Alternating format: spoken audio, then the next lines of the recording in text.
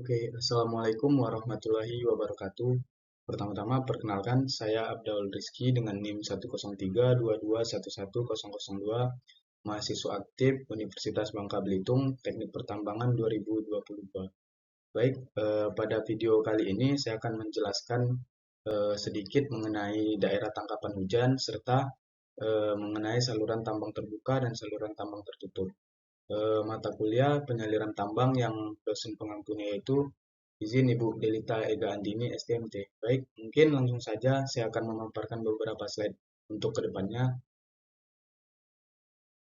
Oke, mengenai daerah tangkapan hujan itu, sistem penyaliran tambang ialah merupakan suatu teknik penanggulangan air sehingga air itu berasal dari air hujan maupun air tanah dan dapat diatasi dengan cara dikeluarkan maupun dialirkan langsung ke daerah dari titik tertinggi sehingga ke daerah titik terendah.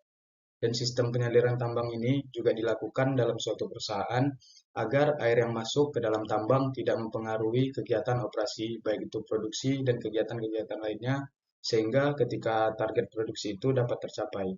Dan di sini saya juga mencantumkan daerah tangkapan hujan saya, catchment areanya, yang biasanya itu dibatasi berupa perbukitan, sebab daerah tersebut akan mengumpulkan serta juga mengalirkan air hujan.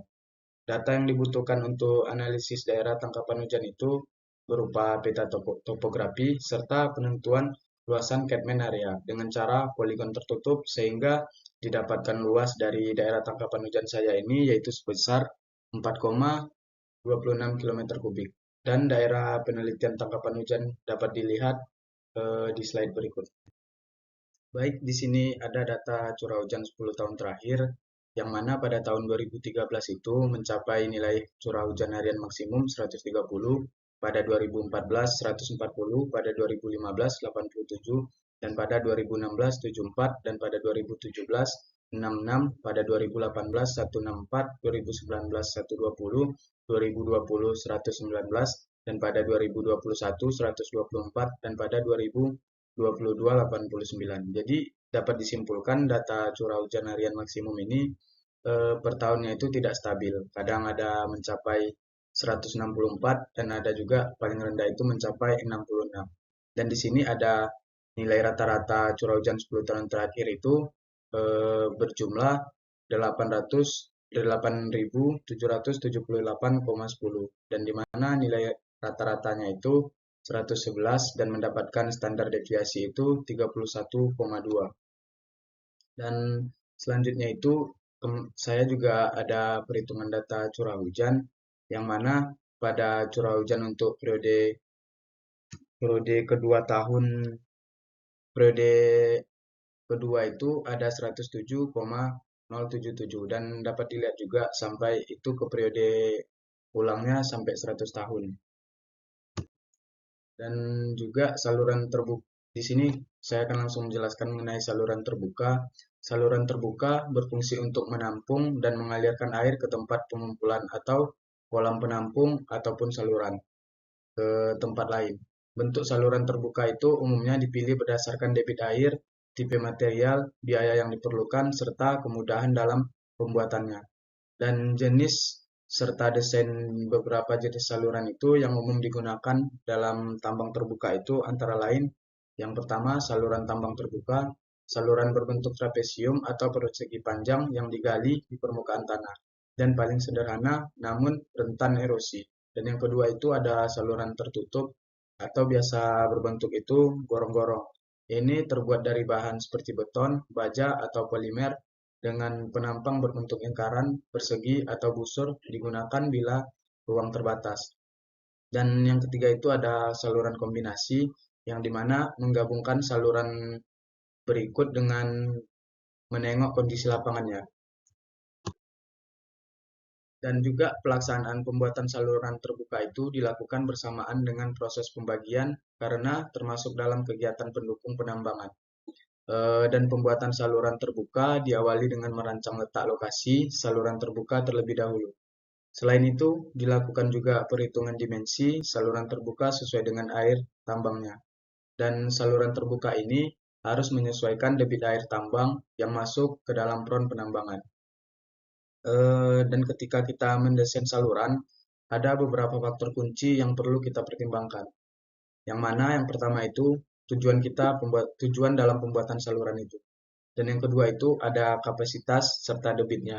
Dan yang ketiga ada karakteristik aliran. Dan yang keempat itu ada material dan konstruksi. Dan kelima itu ada kondisi topografi serta kondisi tanahnya. Dan yang keenam ada aspek lingkungan. Dan yang ketujuh itu ada biaya dan pemeliharaan. Dan kedelapan itu ada peraturan dan pedoman.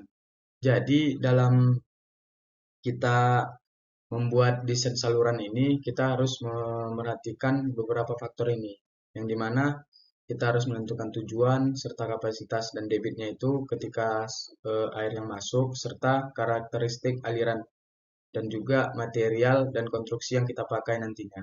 Dan juga harus perlu memerhatikan kondisi topografi dan kondisi air tanah yang bakal kita lakukan untuk pembuatan saluran. Dan yang paling penting itu kita juga harus menengok aspek lingkungannya.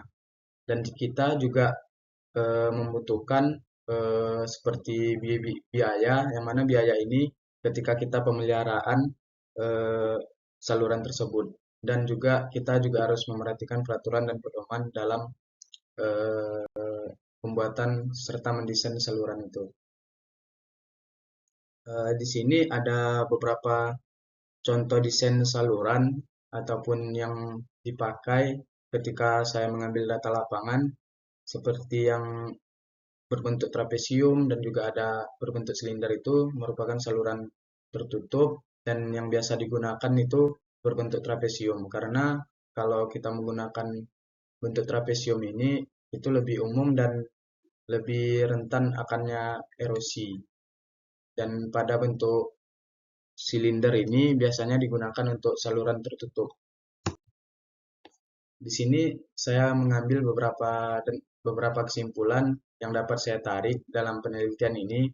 Yang pertama itu, tujuan dari saluran tambang itu adalah untuk mengurangi kerugian yang dapat disebabkan oleh teknologi atau metode pengaliran yang tidak sesuai, serta memperlambat kerusakan alat dan membuat kondisi kerja yang aman.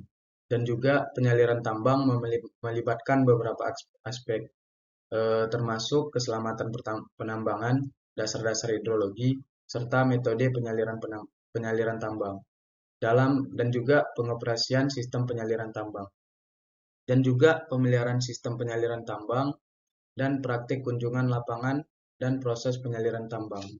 Dan ada dua metode utama yang digunakan dalam main drainase dan main watering. Yang pertama itu main drainase, yaitu berfokus untuk mencegah masuknya air ke dalam peron penambangan. Dan yang kedua itu ada main watering, di mana dia itu berfokus pada pengeluaran air yang telah masuk ke daerah peron penambangan. Dan juga sistem penyaliran tambang ini juga mempertimbangkan yang mana itu ada aspek biaya serta keselamatan kerja juga. Dan perusahaan biasanya memilih metode penyaliran yang paling efektif dan efisien tanpa adanya pengorbanan keselamatan kerja serta mempertimbangkan biaya yang akan dikeluarkan. Yang kedua itu, berdasarkan hasil dari penelitian yang saya lakukan, banyaknya itu saluran berbentuk trapesium. Kenapa digunakan trapesium? Karena bisa dibilang itu lebih efektif untuk mencegah erosi pada saluran. Dan juga saya menemukan saluran berbentuk silinder yang mana fungsinya itu untuk saluran tertutup. Jadi lumayan banyak digunakan juga, tapi orang-orang ataupun di penambangan itu lebih rentan dan dominan itu menggunakan saluran berbentuk trapesium. Jadi mungkin sekian dari PPT yang saya tampilkan, dan juga sekianlah pemaparan dari saya. Saya akhiri, wassalamualaikum warahmatullahi wabarakatuh.